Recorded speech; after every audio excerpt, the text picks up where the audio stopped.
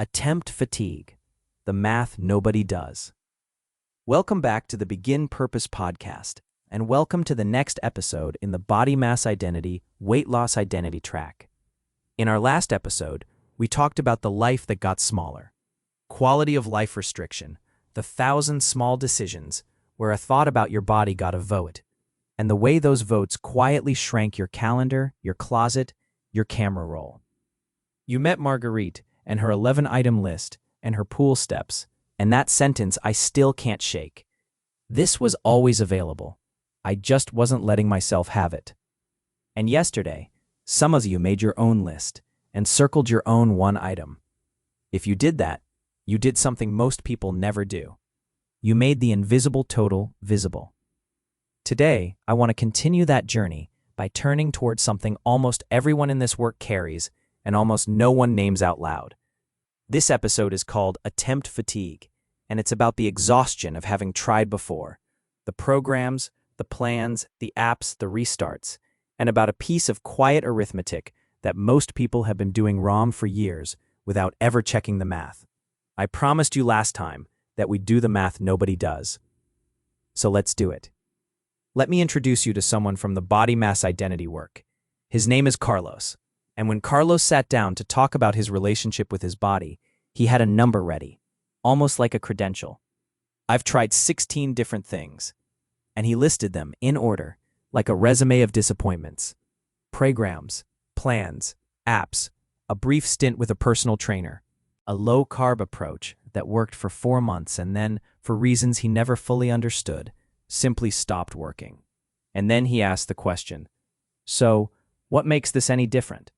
I want you to hear that question the way it was actually asked. It wasn't hostile. It wasn't a challenge. It was tired. And underneath the tiredness was a belief so familiar to Carlos that he'd stopped noticing it was a belief at all. It had started sounding like a fact. The belief goes like this. The common factor in all 16 attempts is me. So whatever the 17th thing is, that's still going to be the problem. Maybe you have your own number. Maybe it's 6. Maybe it's 26. Maybe you've never counted, because counting felt like it would only confirm the verdict. And maybe you've got your own version of Carlos's belief running underneath everything. A sense of nothing works, sometimes riding alongside its cruel twin. Everything works for everyone else. Self-blame so habitual, it doesn't even register as blame anymore. It just sounds like realism. Except it isn't realism. And this is where the math comes in. Here's the question that almost never gets asked directly. If someone has tried 16 different approaches and all 16 eventually stopped working, what's more likely? That this one person has some unique, persistent flaw that 16 separate, independently designed approaches all somehow detected and were defeated by?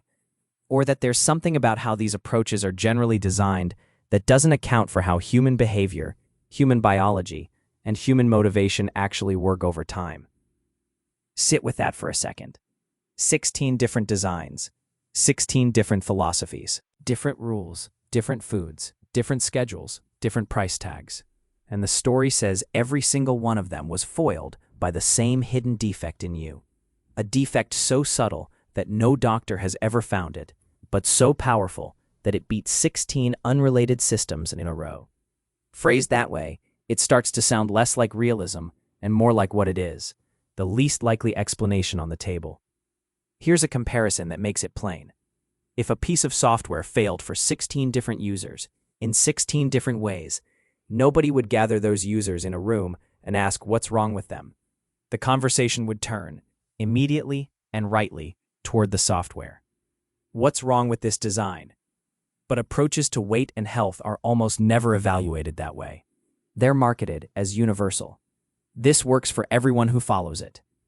And when a thing that's sold as working for everyone doesn't work for you, there's only one place left for the explanation to land. On you. The body mass identity framework has a name for what happened to Carlos, and to maybe you. A design problem being mistaken for a character problem. Over and over. Across an entire industry. For decades. And the person caught in the middle of that mistake is left holding 16 reasons to believe something is wrong with them. When the far more accurate conclusion is that something was wrong, repeatedly, with the fit between a generic plan and one specific, complex, real human life. This is the chapter of the work where the phrase you hear at the end of every one of these episodes earns its full weight. A failed method does not mean a failed person. That's not a pep talk. It's the correct reading of the evidence. Your history of attempts is not a record of failures. It's a record of information about what doesn't fit, about what isn't sustainable, about what kinds of demands a particular approach made that didn't match how your actual life works.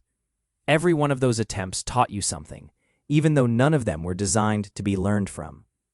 They were designed to be succeeded at, with no plan whatsoever for what happens if you're not.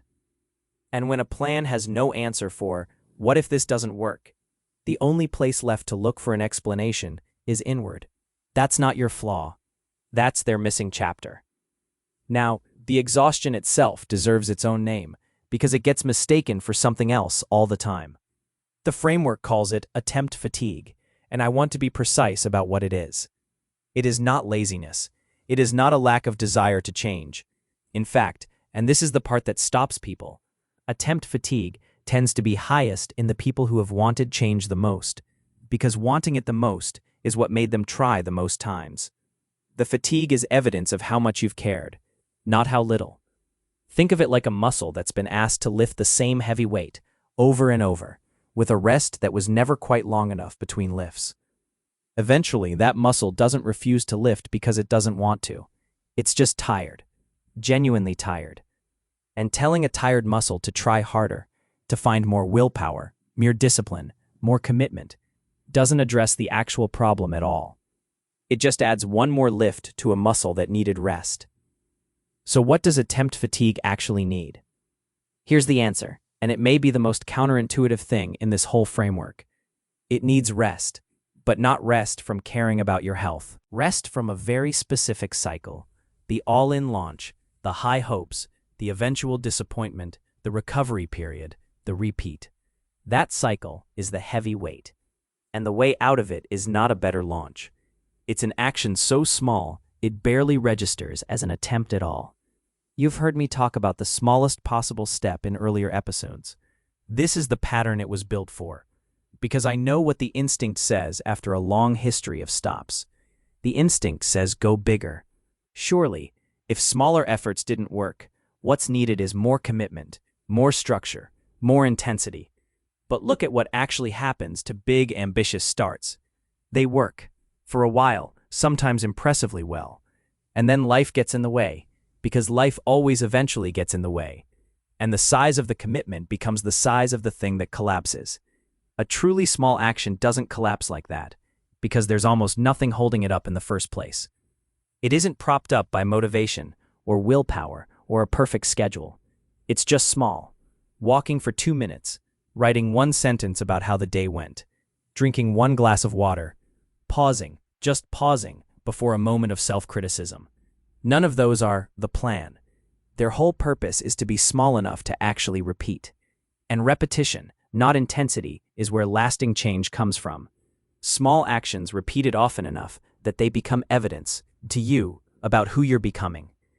Now let me bring this into the middle of the journey, because if you're currently losing weight, through bariatric surgery, a GLP-1 medication, or a lifestyle change, attempt fatigue doesn't politely step aside just because something is finally working.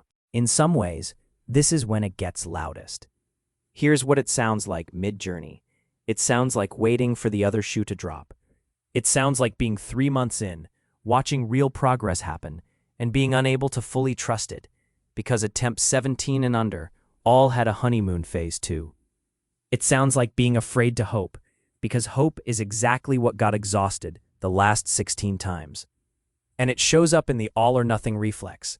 One missed day, one hard week, one number that moves the wrong direction, and the old ledger flips open and starts writing the familiar ending. See? Same as always. Here comes the part where it stops working.